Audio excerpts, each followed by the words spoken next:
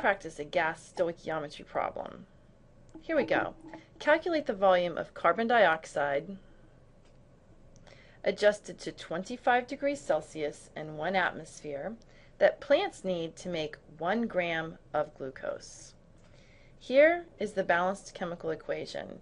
6 moles of carbon dioxide will react with 6 moles of water to produce 1 mole of glucose and 6 moles of oxygen.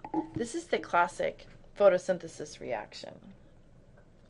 All right, to work this problem, the first thing we need to identify is what's given. In this case, what's given is 1 gram of glucose, C6H12O6. We want to see how much in volume of carbon dioxide it takes to make that amount of product. All right, so what's wanted then is how many liters of carbon dioxide will be needed at a temperature of 25 degrees Celsius and a pressure of 1 atmosphere. Okay? So in order to work this problem out, we are going to have to convert from really the given, which is the desired amount of product, and from the wanted, which is how much of this reactant do we need to get that desired amount of product. So the conversion path is going to be from grams of glucose, C6H12O6, to moles of glucose. And the reason, of course, why we have to convert to moles of glucose is because our relationship is across this balanced chemical reaction, and we know that for every 1 mole of glucose that we make, it takes 6 moles of carbon dioxide. So then we'll have to convert from moles of glucose to moles of carbon dioxide.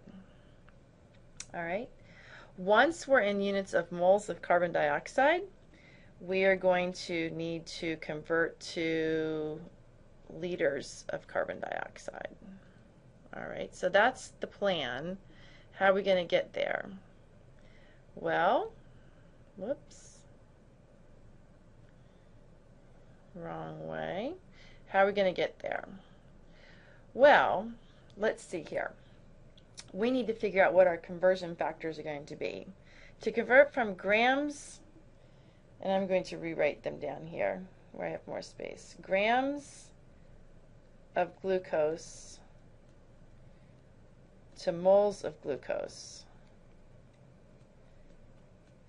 The conversion factor, C6H12O6, the conversion factor to get from grams to moles of a particular compound is going to be the molar mass. Okay. To get from moles of glucose to moles of carbon dioxide, you're going to need to use the reaction stoichiometry, which is the molar ratio. All right, and in this case, the molar ratio is, let's see here, 1 mole of, it's assumed 1 mole of glucose for every 6 moles of carbon dioxide, so it's a 1 to 6 molar ratio. All right, and then it's a 1 to 6 molar ratio from glucose to carbon dioxide. And then we need to convert to liters of carbon dioxide. How do we do that? Well, there's 2 ways to do it. Once you have the moles, and they gave us the conditions, the pressure and temperature, you can use the ideal gas law as a conversion factor. Because once we'll have the moles, we can calculate, essentially, algebraically calculate the liters. Or if we knew the molar volume under these conditions, we could use the molar volume as a direct calculation. We'll try that first, then we'll use the ideal gas law second. Okay, let's get started. All right, so we're starting with 1 gram of glucose, and we need the molar mass of glucose. And if you look up on the periodic table, 6 moles of carbon would be 6 times 12 plus 12 times 1 molar mass for hydrogen plus 6 times 16. That is 180, so the molar mass is 180 grams per mole.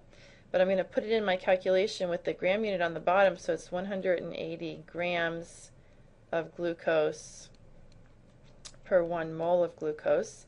Now I'm in units of moles of glucose, because the gram unit's going to cancel.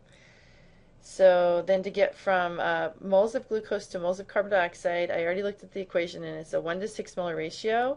So I would need to cancel the glucose, so it's 1 mole of glucose from the balanced chemical reaction is produced for every 6 moles of carbon dioxide consumed.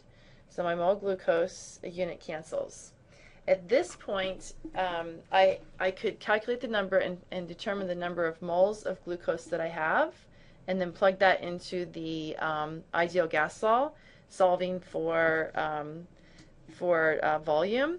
Or if I knew the molar volume under these conditions, which as it turns out, 25 degrees Celsius in 1 atmosphere is another very standard condition. It's not the standard temperature and pressure, but in this case, the molar volume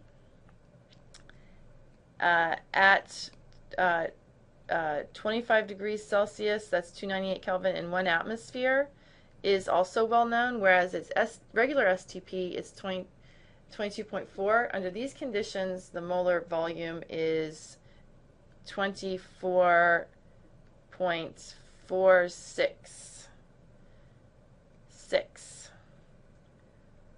liters per mole, 1 mole. Okay, so since that is a well-known quantity, I can put that in right here and say for every 1 mole of carbon dioxide at 25 degrees Celsius in 1 atmosphere, I found that number in a table. The molar volume is 24.466 liters, in this case of carbon dioxide. So in that way, I can very easily calculate the volume of this number of moles of carbon dioxide is going to be 0.75 liters of carbon dioxide. Okay. Alternatively, if I wanted to use the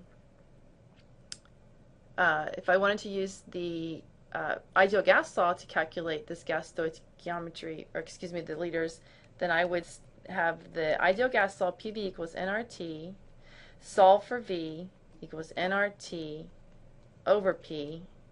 I'd plug in the value that I got from moles for my calculation, the R value, 0.08206, the temperature here, 25 degrees Celsius or 298 Kelvin, the pressure 1 atmosphere, and when I plug all those values in, I also get 0.75 liters for my volume of carbon dioxide needed to make 1 gram of glucose. So either way is fine. Whichever way you're more comfortable doing will get you to the right answer.